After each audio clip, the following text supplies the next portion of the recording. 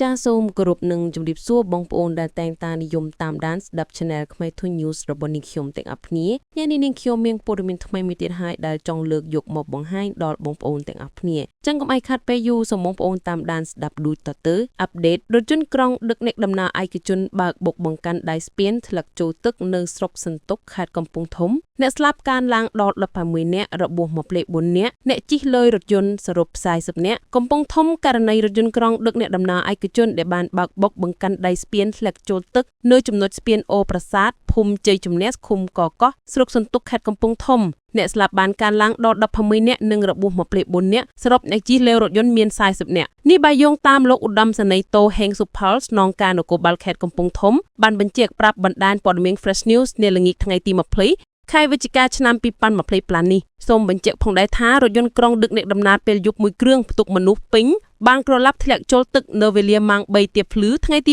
20ខែវិច្ឆិកាឆ្នាំ